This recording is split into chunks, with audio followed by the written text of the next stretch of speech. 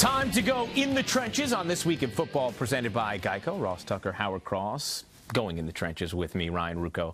So, you guys, we know if you're a playoff team or your team competing for the playoffs, somebody like the Eagles or the Cowboys or the Bears or the Packers, it's obvious what's on the line the final week of the season. But for those teams who are taking the field, and maybe they're playing somebody who's playing for something, or maybe they're not, the mindset of a team going into the final week of the season. Ross, if you know your season's over, do you still get up for that Week 17 game? Or are you checked out? Are you ready to get on a plane and get home? It really, I think it depends on the guy. You know, I was stunned my rookie year when there was a veteran on the team because we were, 7-8 going into our last game. So we were out of the playoffs, and he was happy that we were out of the playoffs. And he drove to FedEx Field for the last game against the Arizona Cardinals with the U-Haul hooked up to his car to drive down to Florida as soon as the season was over. So I'm not saying he checked out. I'm not saying he didn't play hard that Sunday. I'm just saying he told me he was glad we didn't make the playoffs because he wanted to go back down to Florida. I think that is the exception as opposed to the rule. You know, all these games we've seen the last couple of weeks with the Rams beating the Saints and the Vikings beating the Philadelphia Eagles, people say there's nothing to play for. They don't have any motivation. You know what NFL players' motivation is? Paychecks. Yeah, and there's a game and they're in it. It's a game, and you're in it. This is what you've been doing. It's very hard to play football without going all in. If there is a difference, I think the difference would be how diligent the guys are during the week of preparation. I was always the opposite. If we were in this situation and it was looking like they're going to fire the coach and we're going to get a new guy in there, I was nervous. I was like, I better play well because the first thing the new coach is going to do, look at those last 4 games and see who was playing hard and who wasn't. Howard, did you ever think about a coach's job status going into the final week of a season and play for a coach in that sense? Absolutely not. I think that's really sweet to think about. I think that's more media hype than anything. But when you're playing, you're actually playing for yourself. First off, the guys you're playing against, they could hurt you. I don't know if you realize that or not. They get paid a lot of money. They're out there to knock you around. They will hurt you. So the coach can't help you in that situation. And also think about this. And I know that most people don't think about this, and when you're talking about it, you won't think about it, but there will be a draft. There'll be 32 teams picking 7 players. That's almost 300 guys. Plus free agents. There'll be 300 guys that are in the league today that don't realize they will not be in the league next year. If you don't want to be one of those guys, show up. And, Ryan, my first 3 years in the NFL, my coach got fired at the end of the year. Marty Schottenheimer, 2001, Dave Campo, 2002, Greg Williams, 2003. And never once did I go out there. And in 2002 and 2003, I started the final game. And never once did I go out there, I'm going to save so-and-so's job. First of all, as a right guard or left guard, there's only so much you can do to save the guy's job. I mean, there's not that much you can do as a right guard or left guard to save their job. I was worried about my job. I always say, I love people say it's the ultimate team sport.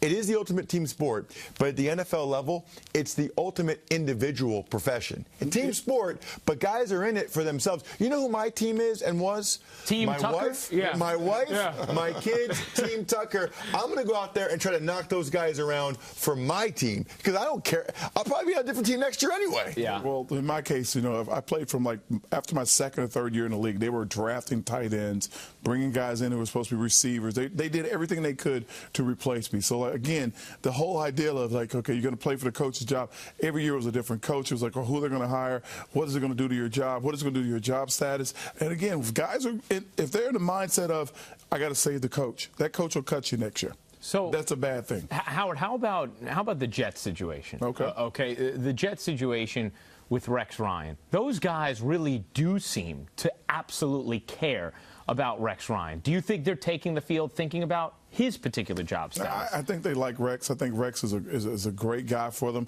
But I played him in those situations. I played through Coach Fossil the year that we went to the Super Bowl against the Ravens. It was, I'm pushing all my chips to the center of the table. If I go down, we're going down together. I'm like, Coach, you're going down, man. I'm playing well this year. You're in trouble. You better get your And so you weren't thinking about, I want to win this one for Jim? No. But you know what? I think Rex might be different. I think Rex is one of the very unique coaches. Now, I'm not sure when they're out there on 3rd and 8 in the third quarter that they're like, I got to make a play for Rex. But I do think that the guys can use it as a rallying cry. If he really is a player's coach and you really do like him as much as it seems like all those guys like him, then yeah, I think they realize they go out there and if they win and they get to 8 and 8, that there's a much better chance that Rex stays. What about the idea of being a playoff spoiler, Howard? I mean, if you're a team who doesn't have anything to play for themselves, but you're taking on a team that does have something to play for, is that enough motivation to get you going? Like, let's say the Buccaneers are in that situation this coming week. Does that get a team going? Say, you know what? Today, maybe I'm not going anywhere, but I can knock this team out. Does that motivate a team? I think that definitely motivates a team. Really gets the guys going. I think you saw no better evidence of that than Monday night against, when you had Atlanta against San Francisco. Last year, San Francisco knocks Atlanta out of the NFC Championship game. Atlanta came out and played. They've been bad all year. I mean, they've been god-awful all year. And they show up and they play a great game. They get after them. They're physical. They're hitting. They're making plays. All of a sudden, it looks like the Atlanta team that, unfortunately, I picked to go to the Super Bowl. Yeah, I did too. So, yeah, we're simpatico on that, my friend. Ross, do you think that teams I don't get up think for that's very much motivation. No? I mean, I think the coaches will put it out there as a rallying cry. I don't know how much. I mean, first of all, a lot of these guys have friends that are on that other team, and what do they care? I want Stevie to go to the playoffs. Yeah, they're going back home. No, they're going back home anyway. You come with me. See, we now, play golf together. Howard's a little old school. Howard's a little old school. I don't think guys like that care now. I bet you they do. I mean, do they really? So, oh man, so if we're the Bucks, we're going to knock the Saints out of the playoffs, and then what? Hang your hat on that at the end of the season. Great. And then you're going to go back to Georgia or Texas, wherever you're from. It's going to be nothing. I like you going someplace warm, regardless, according to you. But I'll tell you why they like it, though, because it's the same thing that we say, when we talk about how the season ended last year, how the mojo was going, and like we started out this year with the Giants. It was like, hell, they played so bad at the end of the year. They're, continuing that into this year.